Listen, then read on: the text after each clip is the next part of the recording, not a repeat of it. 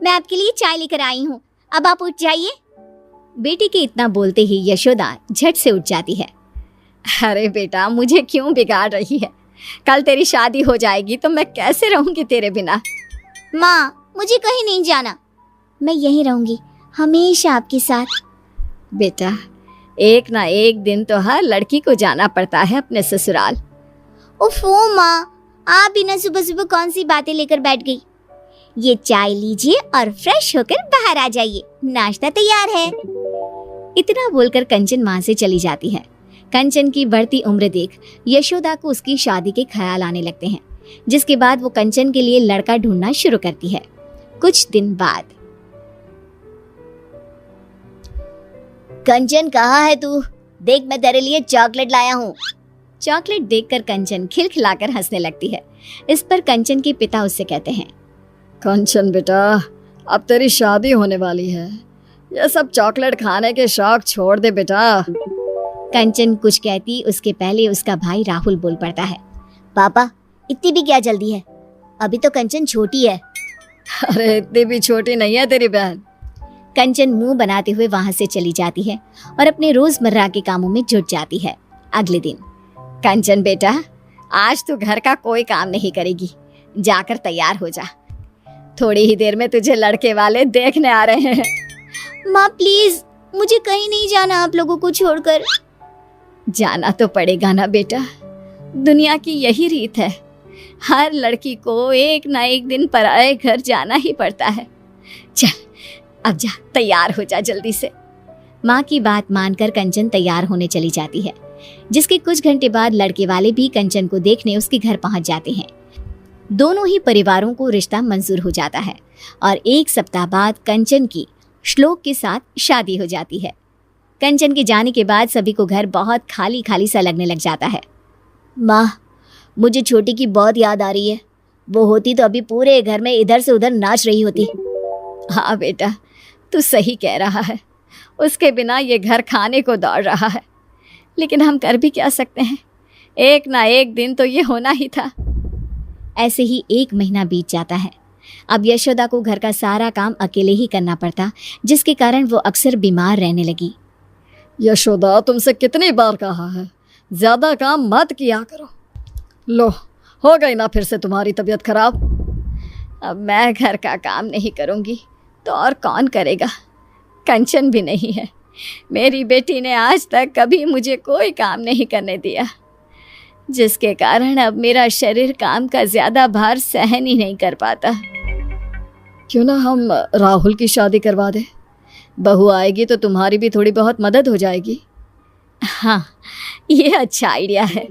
घर वाले शादी की बात शुरू करते हैं और देखते ही देखते कुछ महीनों में राहुल की शादी अंजलि नाम की लड़की से हो जाती है और घर में आते ही अपने व्यवहार और स्वभाव से अंजलि सभी का दिल जीत लेती है। शादी के कुछ दिनों बाद, बहू ज़रा चाय तो पिला दो, सुबह से चाय नहीं पी है। अंजलि अपने ससुर के लिए चाय बनाकर लाती है। लीजिए पापा जी, आज डिनर में क्या बनाना है? अरे बेटा, जो तेरी इच्छा है वो बना ले। थोड़ी देर बाद अंजलि सभी को खाने के लिए आवाज़ लगाती है। पापा जी, मम्मी जी, राहुल, खाना तैयार है। अंजलि की आवाज़ देते ही सभी लोग खाने के लिए आ जाते हैं। अरे वाह बहू, खाना तो बहुत स्वादिष्ट बना है, तुम्हारे हाथों में तो जादू है, जादू। सच में बहू, खाना तो बहुत ही लाजवाब बना है। Thank you. माँ पापा, मैं सोच रहा था क्यों ना हम सब कहीं घूमने चले। हम सब क्या करेंगे जाकर बेटा, तेरी अभी नई नई शादी हुई है, तू बहू को लेकर जा। नहीं मम्मी जी, आप लोग नहीं जाएंगे तो हम भी नहीं जाएंगे। अंजलि के इतना प्यार से बोलने पर घर वाले उसे इनकार नहीं कर पाते और उनके साथ चलने के लिए मान जाते हैं। एक काम करते हैं, साथ में कंचन को भी ले चलते हैं, बहुत दिन हो गए उससे मिले भी नहीं। हाँ हाँ, क्यों ना हम कंचन दीदी को सरप्राइज दें, वो तो खुशी से पागल हो जाएगी। ठीक है, फिर मैं आज ही उसे यहाँ आने को बोलती हूँ, उसके बाद हम सब उसे सरप्राइज देंगे, फिर सब साथ में घूमने जाएंगे। फिर क्या था। यशोदा तुरंत कंचन को फोन मिलाकर बैठ जाती है, जिसमें दोनों माँ बेटी की लंबी बातें चलने लगती है और उसी में, तुझे पता है कंचन, तेरी भाभी बहुत अच्छी है।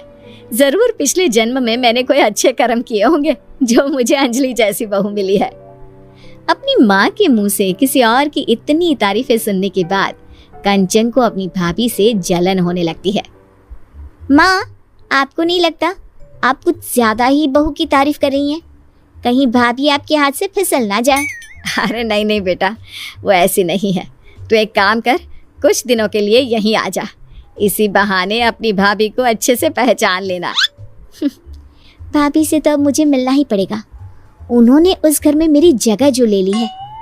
अगले दिन कंचन अपना सामान लेकर मायके पहुंच जाती है, जहां अंजलि उसके लिए चाय नाश्ता लेकर आती है। दीदी, तुम्हारे ससुराल में सब कैसे हैं? मेरे ससुराल में सब ठीक है। आप यहाँ का बताइए कि सारा काम आप बराबर कर लेती है ना? माँ से तो नहीं करवाती काम। अरे कैसी बात कर रही हो आप दीदी?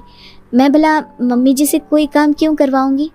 ऐसा होना भी नहीं चाहिए, वही आपके लिए बेहतर होगा। कंचन, ये क्या तरीका है अपनी भाभी से बात करने का? हाँ माँ, अब तो आपको मैं ही गलत लगूंगी ना।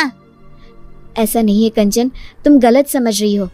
आपसे तो मुझे बात ही नहीं करनी।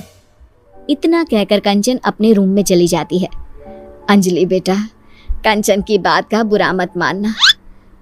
उसका अभी शायद मूड खराब है। कोई बात नहीं मम्मी जी, मुझे उनकी बातों का बुरा नहीं लगा।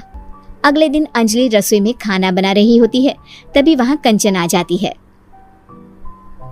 भाभी आप रहने दीजिए, आज खाना मैं बना देती हूँ। अरे नहीं नहीं दीदी, आप मेहमान हो, कुछ दिन आराम करने का मौका मिला है, मैं आपसे काम नहीं करवा सकती। मैं मेहमान नहीं, बेटी हूँ इस घर की।